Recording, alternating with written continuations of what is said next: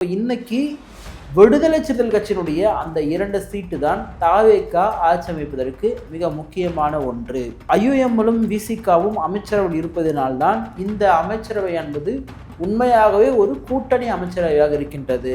இடதுசாரிகள் ஆட்சியில் பங்கு வகிக்கல, ஆனால் ஆதரவு தெரிவிச்சிருக்காங்க. பட் ஐயுஎம்எலும் விசிகாவும் ஆட்சியில் பங்கு வகிச்சிருக்காங்க. அப்போது தமிழ்நாட்டில் ஒரு இஸ்லாமியருடைய பிரதிநிதித்துவத்தைக்கான அமைச்சரவையை விஜய் அவர்கள் கொடுத்திருக்கார். அதே போல பட்டியல் சமுதாய மக்களுடைய பிரதிநிதித்துவத்திற்கான அமைச்சரவையை விஜய் அவர்கள் கொடுத்திருக்கார்.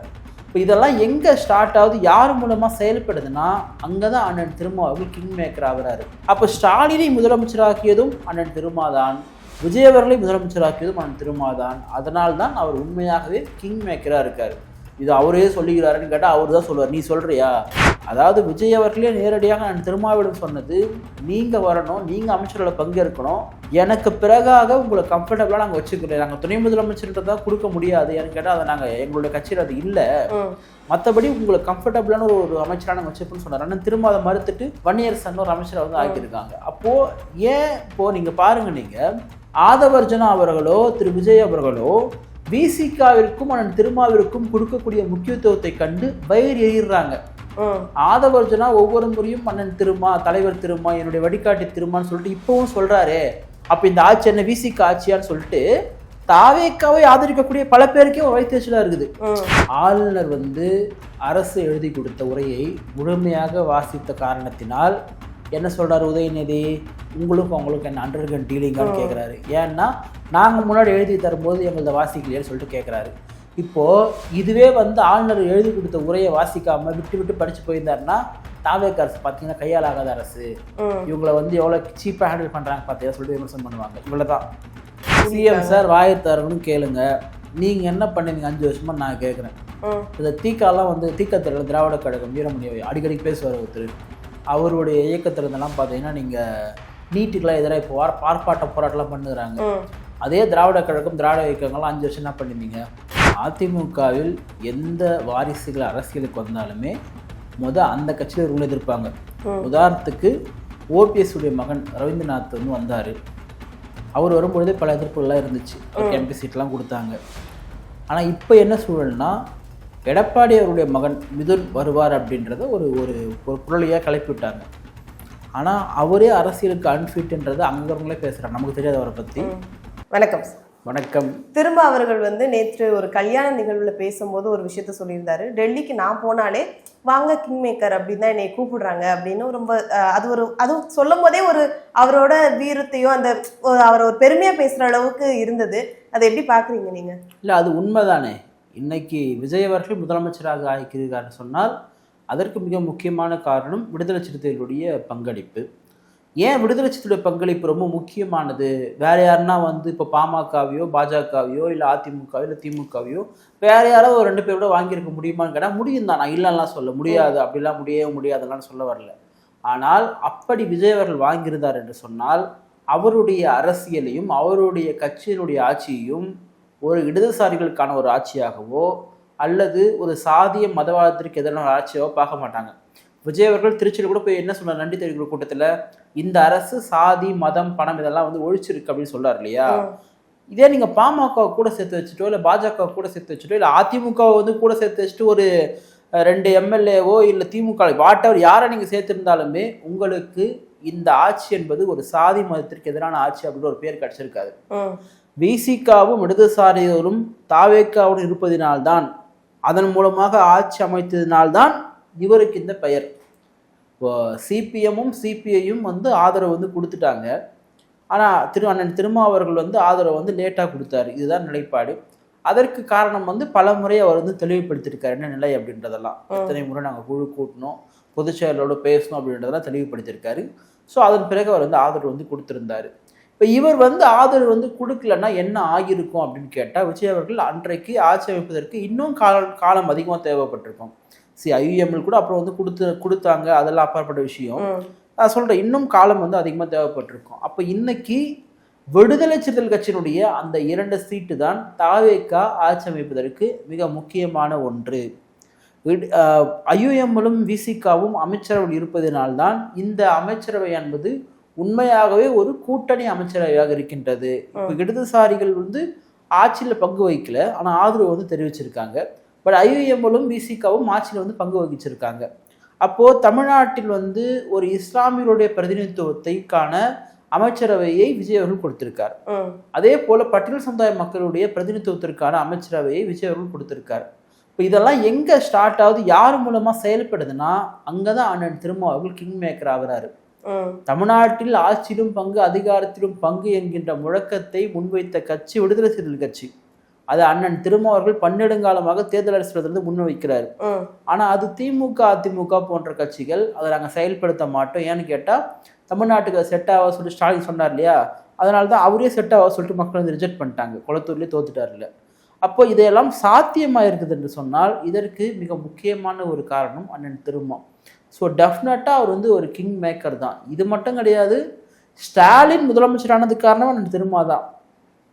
அண்ணன் திருமாவுடைய பிறந்தநாள் மேடையில் ஸ்டாலின் சொன்னது, அவர் முதலமைச்சராகி வந்ததுக்கு பிறகாக முதல் பிறந்தநாள் நிகழ்ச்சியில் அண்ணன் திருமாவுடைய பிறந்தநாள் நிகழ்ச்சியில் கலந்துட்டு பேசும்பொழுது, என்னுடைய 4 காலில் 1 கால் விசிகாவுடையது, நான் முதலமைச்சரானதுக்கு காரணம். ஏன்னு கேட்டால் டேட்டா படி பார்த்தாலே உங்களுக்கு விசிகாவுடைய வாக்கும் பட்டியல் சமுதாய மக்களுடைய வாக்கும் வட மாவட்டங்களில் பெருவாரியாக திமுக கிடைச்சதுனால தான் அவங்களால ஆட்சி அமைக்க முடிஞ்சது, அதிகமான சீட்டுகளை வட மாவட்டங்களில் பெற முடிஞ்சது.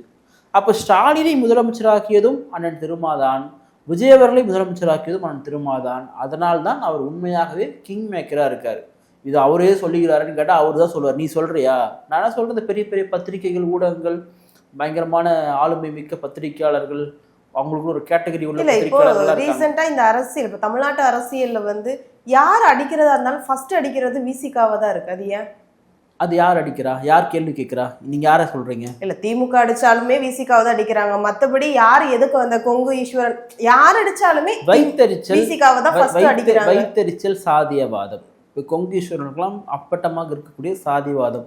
நேற்று கூட ஒரு யூடியூப் சேனல் கொடுத்த பேட்டியில அவர் விசிகா பத்தி பேசும்பொழுதே அவரோட உடல் மொழி பேச்சே ஒரு மாதிரி வெறுப்பா இருக்கு நம்ம பார்க்கும் பொழுது. அது அவருடைய சாதியவாதம் தான்.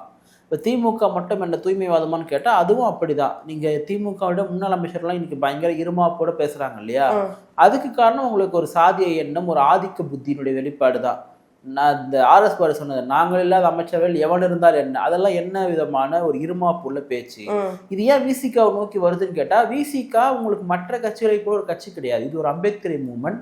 இது ஒடுக்கப்பட்ட மக்களுக்காக, பட்டியல் சமுதாய மக்களுக்காக தொடங்கப்பட்ட ஒரு அரசியல் இயக்கம். ஸோ அவங்க முதல் முறையாக ஒரு ஆட்சியில பங்கெடுக்கும் பொழுது அது மற்றவர்களுக்கு எரிச்சல் உருவாக்குது. அதனால தான் கேள்வியில் எல்லாமே முதல்ல இவர்கிட்ட அணுகுறாங்க. எல்லா கட்சியுமே இங்கே தேர்தலுக்கு பிறகு சின்ன பின்னமாக போயிடுச்சு. எந்த கட்சியிலுமே அந்த கட்சி அழிஞ்சிச்சு இந்த கட்சி அழிஞ்சிச்சுன்னு சொல்றதுக்கு முன்னாடி விசிகா அழிஞ்சிச்சு நீ சொல்றேன்னா அது உனக்குள்ள இருக்கிற ஒரு சாதிய எண்ணம். விசிகா அமைச்சர்கள் இருக்கிறத உங்களால பொறுத்துக்க முடியல. இத்தனை நாள் திமுக கூட இருந்தவங்க இன்னைக்கு அமைச்சர்களை பங்கெடுக்கிறாங்களே அப்படின்றத பொறுத்துக்க முடியல. அதாவது விஜய் அவர்களே நேரடியாக நான் திருமாவிடம் சொன்னது, நீங்க வரணும், நீங்க அமைச்சர்களை பங்கேற்கணும், எனக்கு பிறகாக உங்களை கம்ஃபர்டபுளா நாங்கள் வச்சுக்கிறோம், நாங்கள் துணை முதலமைச்சர்ன்றதான் கொடுக்க முடியாது. ஏன்னு கேட்டால் அதை நாங்கள் எங்களுடைய கட்சியில் அது இல்லை, மற்றபடி உங்களுக்கு கம்ஃபர்டபுளான ஒரு அமைச்சராக நாங்கள் வச்சுப்போன்னு சொன்னார். ஆனால் திரும்ப அதை மறுத்துட்டு வன்னியரசன் ஒரு அமைச்சரை ஆக்கியிருக்காங்க. அப்போ ஏன் இப்போ நீங்க பாருங்க, நீங்க ஆதவர்ஜனா அவர்களோ திரு விஜய் அவர்களோ விசிகாவிற்கும் அண்ணன் திருமாவிற்கும் கொடுக்கக்கூடிய முக்கியத்துவத்தை கண்டு வயிறு எறிறாங்க. ஆதவர்ஜனா ஒவ்வொரு முறையும் அண்ணன் திருமா, தலைவர் திருமா, என்னுடைய வழிகாட்டி திருமான்னு சொல்லிட்டு இப்பவும் சொல்றாரு. அப்ப இந்த ஆட்சி என்ன விசிகா ஆட்சியான்னு சொல்லிட்டு தாவேக்காவை ஆதரிக்கக்கூடிய பல பேருக்கே ஒரு வைத்தியச்சலா இருக்குது. ஏன்னா என்னடா இது, விஜயுடைய ஆட்சியில அண்ணன் திருமாவுடைய புகழ் அதிகமா இருக்கு, விசிகாவுடைய செல்வாக்கு அதிகமா இருக்கு, விசிகாவுடைய கை ஓங்கி இருக்கு அப்படின்ற வைத்தறிச்சல் யாருக்கு இருக்குது? எதிர்க்க கூட பரவாயில்ல, உள்ளவங்களுக்கே தாவேக்காவை ஆதரிக்கக்கூடிய பல பேருக்கே அது இருக்கு.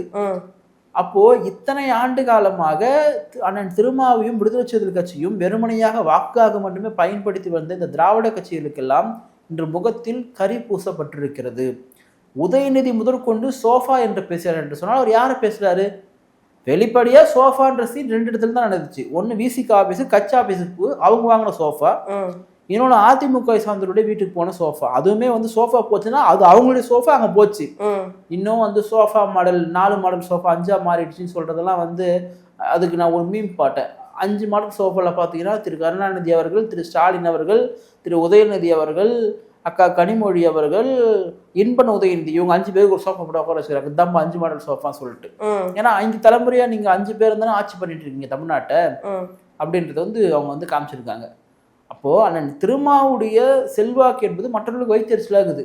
இன்னைக்கு டிவிகே கவர்மெண்ட்ல விசிகா நெருக்கமா இருக்கு. அண்ணன் வன்னியரசுக்கு ஒரு முக்கியமான ஒரு முக்கியத்துவம் கொடுக்கப்படுது. சட்டமன்ற ஆய்வுக்குழுல வன்னியரசனுடைய பெயர் இடம்பெற்றிருக்கு. அப்போ இதெல்லாம் பார்க்கும்போது அது ஒரு வைத்தறிச்சல் ஆகுது. அதனால தான் கேள்வி கேட்குறாங்கன்றதை நான் புரிஞ்சுக்கிறேன்.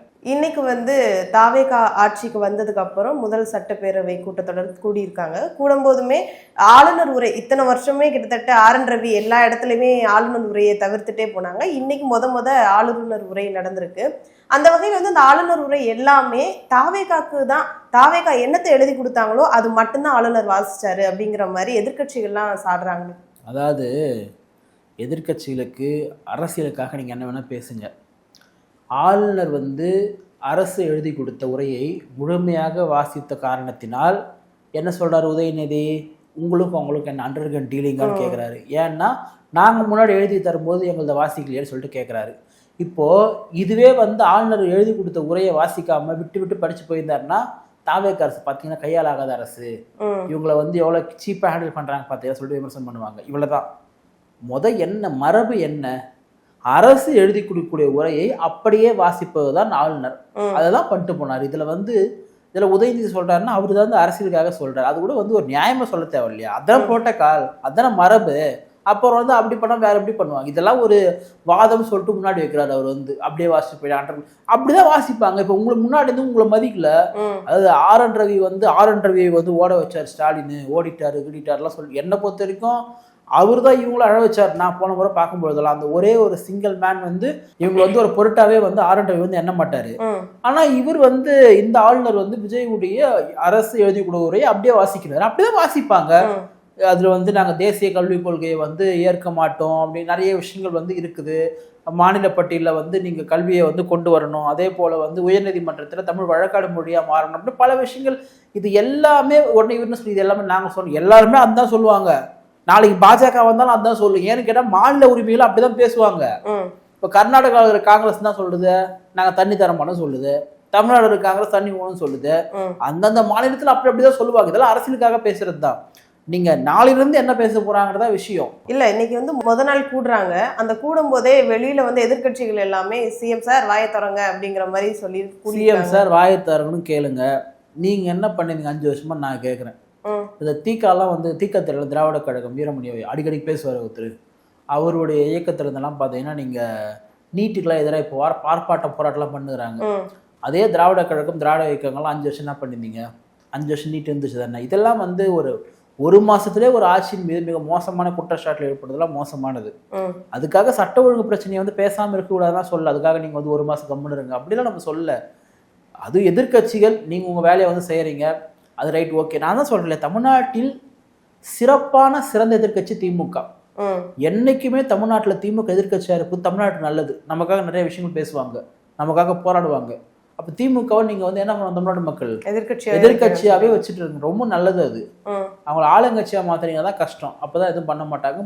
முழுக்க வந்து மக்களுக்கு விரோதமான அரசா வந்து மாறிடுவாங்க. திமுக எதிர்கட்சியா சிறப்பா பாருங்க. இப்பயே பேட்ச் போட்டு இருந்தாங்க, நாளைக்கு பாருங்க கருப்பு கொடி எடுத்து வருவாங்க. இந்த நிகழ்வெல்லாம் நம்ம டெல்லியில தான் பார்த்திருக்கோம். டெல்லிக்கு வெளியில தான் வந்து இந்தியன் கூட்டணி வெளியில உட்காந்துக்கிட்டு இப்படி எல்லாம் ஆர்ப்பாட்டம் பண்ணி பார்க்கல. இங்கேயும் பண்ணுவாங்க. போன முறை எடப்பாடி இருக்கும் போது கூட கருப்பு பேட்ச், அதெல்லாம் எதிர்கட்சிகள்லாம் பண்ணுவாங்க தான். நான் சொல்றேன், அதிமுக விட சிறப்பான எதிர்கட்சி திமுக. தமிழ்நாட்டில் என்றைக்குமே திமுக எதிர்கட்சியாக இருப்பது தமிழ்நாட்டிற்கும் தமிழகத்திற்கும் வந்து நல்லது அப்படின்றதான் நான் சொல்லக்கூடியது. ஒவ்வொரு முறையும் அரசு நிகழ்வுல ஃபுல்லாமே தமிழ்தாய் வாழ்த்தை ஒரு பெரிய பேசு பொருள் ஆகிட்டு இருக்கு. அதை எப்படி பாக்குறீங்க கர்ணே? இந்த சட்டப்பேரவையிலுமே அது பெரிய பேசு பொருளா விவாதம். இங்க தமிழ்தாய் வாழ்த்து முதல்ல பாடப்பட்டுச்சு, உடனே தேசிய கீதம் பாடப்பட்டுச்சு. தேசிய கீதத்தை நீங்க புறக்கணிக்கலாம் முடியாது. ஏன்னா இது இந்திய நாடு, இங்கே தேசிய கீதம் பாடப்படும். ஆனால் நாம் எல்லாம் தமிழர்கள், இங்கே இருக்கிறது தமிழ்நாடு, முதல்ல நம்ம வந்து தமிழ்தாய் வாழ்த்து பாடுறோம். இவங்க என்ன கேட்குறாங்கன்னா, இப்போது அது என்ன தமிழ்தாய் வாழ்த்து முடிஞ்சவங்க தேசிய கீதம் பாடப்பட்டுச்சு.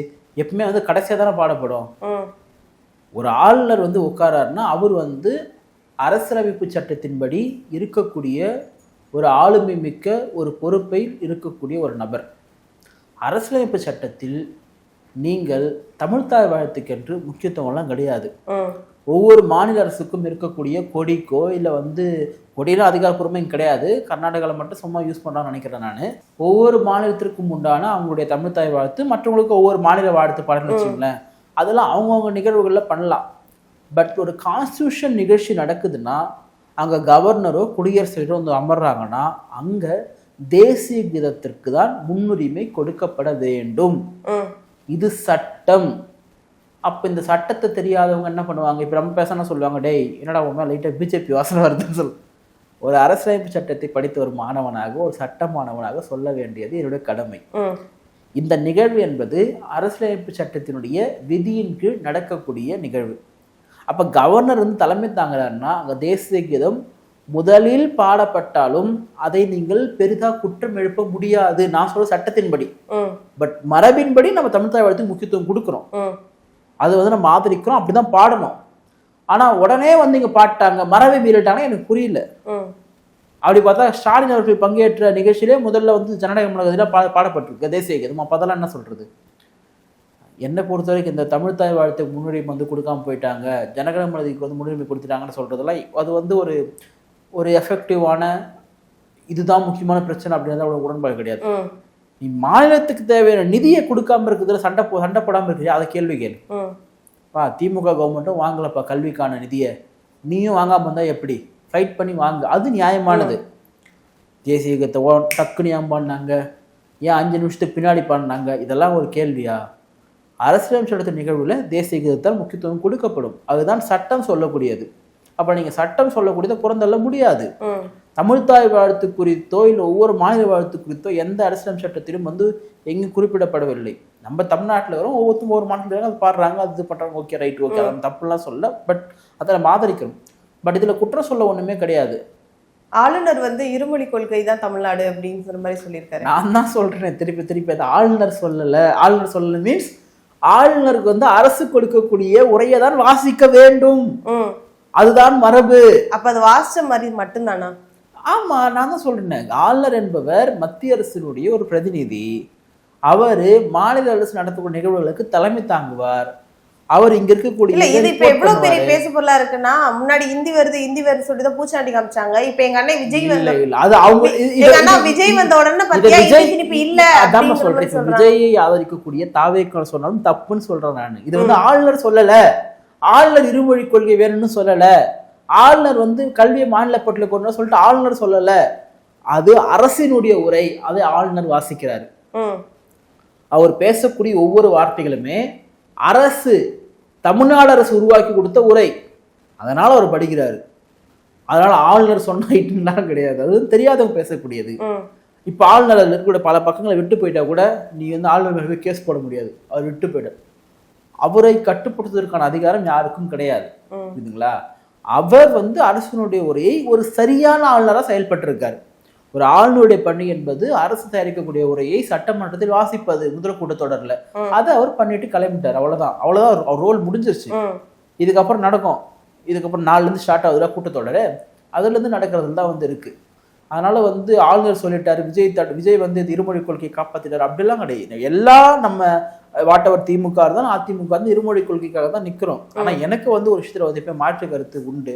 வேற ஒரு மொழியை படிப்பதற்கான வாய்ப்பை அரசு ஏற்படுத்தி தர வேண்டியது அரசினுடைய பொறுப்பு. நம்ம மும்மொழியை ஆதரிக்கல, ஆனா வேற ஒரு மொழி படிப்பதற்கான வாய்ப்பை அரசு ஏற்படுத்தி தர வேணும். இப்போ ஒரு பணக்கார வீட்டுல ஒரு பையங்கிறான், அவங்க அப்பா வச்சு போயிட்டு அவனை வந்து மும்மொழியில சேர்ப்பாரு.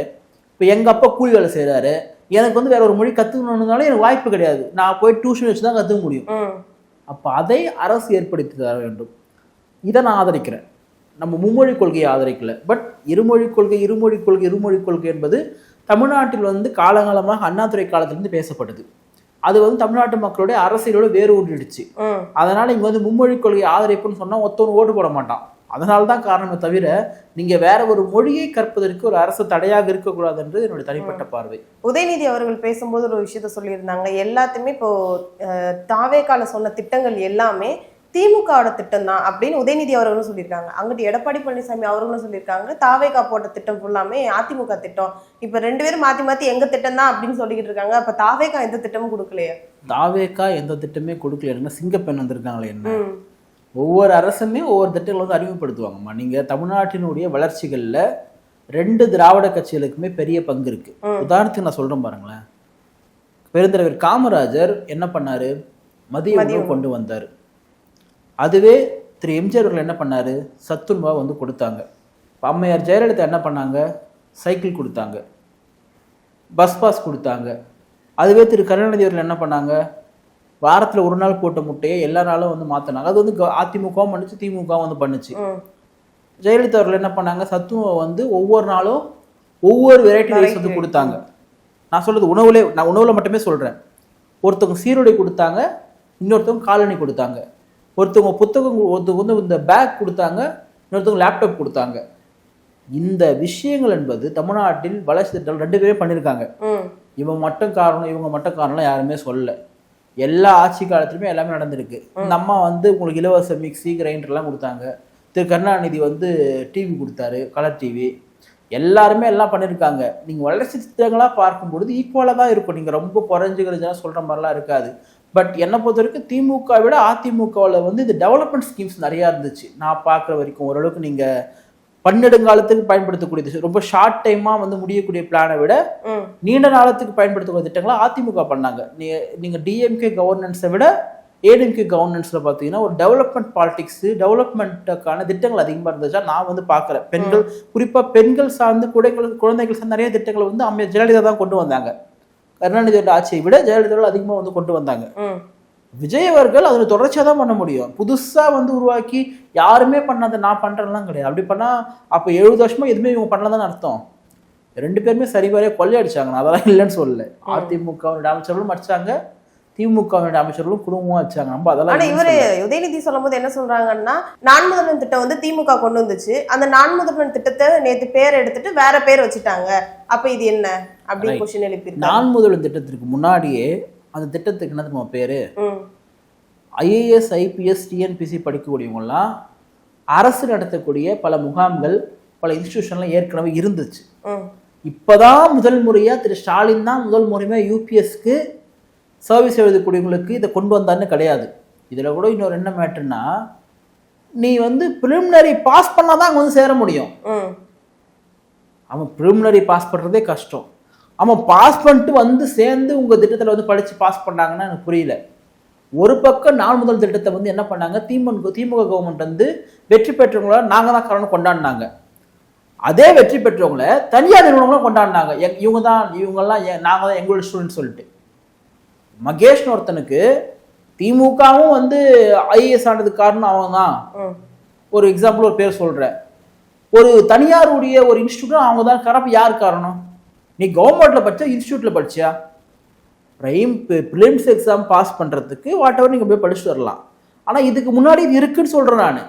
யூபிஎஸ்சி எக்ஸாம் எழுதுறதுக்கு ஏற்கனவே ட்ரைனிங் சென்டர்லாம் அரசாங்கத்தின் மூலமாகவே இருக்குது. உதாரணத்துக்கு நீங்கள் எஸ்சி எஸ்டியாக கூட இருக்கிறீங்கன்னா உங்களுக்குன்னு ஸ்பெஷலான ஒரு கேம்ப்பு, ஸ்பெஷலான ஒரு சலுகைகள் எல்லாமே இருக்குது, உரிமைகள்லாம் அது இருக்குது. அதனால் நீங்கள் திட்டங்களுக்கு பேர் மாற்றலாம். இப்போ பஸ்ஸு வந்து முதல் முறையாக வந்து கொண்டு வராங்க அப்படின்னா அதுக்கு பேர் பல மாற்றுவாங்க. இப்போ பெண்களுக்கு இலவசம் சொல்லிட்டு திரு ஸ்டாலின் வந்து சொன்னார். இப்போ இவர் என்ன சொல்லிட்டாரு, பெண்கள் எங்கே யாருனாலும் இலவசம்னு சொல்லிட்டாரு. அதிமுக என்ன சொல்லியிருந்தாங்க, ஆண்கள் பெண்கள் இடையுரிமை இலவசம் சொன்னாங்க. இப்போ நம்ம தான் இதை பண்ணணும்னு சொல்லிட்டு பண்ணிக்க முடியாது. நீங்கள் எதுவுமே இங்கே வந்து 100% கிளைம் பண்ணிக்க முடியாது. அது எப்படி ஒருத்தங்க 70 வருஷம் கவர்மெண்ட்டில் இப்போதான் நான் தான் முதல் விதை போட்டு சொல்லணும்னா உதாரணம் சொல்லலை. உங்களுக்கு ஸ்கூலில் சாப்பாடு போகிறதுல இவ்வளோ விஷயங்கள் இருக்குது. அப்போ எல்லா ஸ்கீம்லையுமே ஒவ்வொருத்தருடைய பங்களிப்பு வந்து இருக்கும். அதனால் வந்து பேர் இப்போ இவங்களுடைய நாள் முதல்வன் திட்டத்தை வந்து இன்னும் சிறப்பாக பண்ணுங்க, தப்பு கிடையாது. அதுக்கு நீங்கள் அந்த பேர் வைக்க என்ன பொறுத்தவரைக்கும் விஜய் அவர்கள் தன்னை முன்னிலைப்படுத்துவது விரும்புறது இல்லை எங்குமே. ஏன் பேரில் தளபதி வாட்டர் கேன். அதான் அதை அவர் சொல்லும் போதே சொன்னார், இது நான் முதல்வனாலே ஸ்டாலின் அவர்களை தான் குறிக்குது, அதனாலதான் அந்த இதுல தூக்கிட்டாங்க அப்படிங்கிற மாதிரியே சொல்றாங்க. நல்லது தானே. இப்போ அம்மா உணவகம் இருந்துச்சு, அதுக்கு பேர் மாத்தலையே.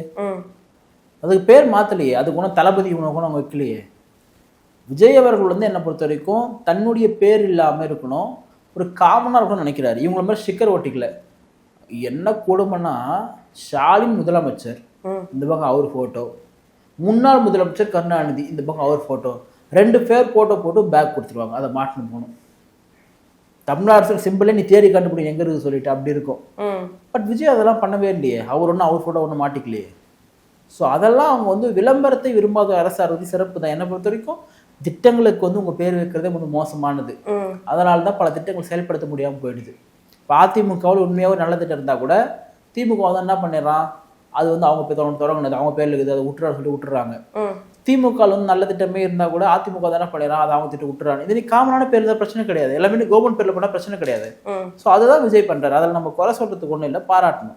சிவி சண்முகம் பேசும்போது அவங்க சொல்லியிருந்தாங்க, இபிஎஸ் மகன் வந்து அரசியலுக்கு வரப்போறாங்க, அதனால தான் ரொம்ப பிரச்சனைகள் உள்ள போய்கிட்டு இருக்கு அப்படிங்கிற மாதிரி வாரிசு அரசியலாக கொண்டு வர போறாங்க அதிமுகவுக்குள்ள அப்படின்னு சொல்லியிருந்தாங்க. இப்போ வந்து கொடுத்த பேட்டியில வந்து எடப்பாடி சொல்ல அது முழுக்க மறுத்துட்டாங்க, என் மகன் எப்பவுமே வரமாட்டாங்க அப்படிங்கிற மாதிரி சொல்லிட்டாங்க. அதை எப்படி பாக்குறீங்க? அதிமுகவில் எந்த வாரிசுகள் அரசியலுக்கு வந்தாலுமே அந்த கட்சியில் ரூல் எதிர்ப்பாங்க.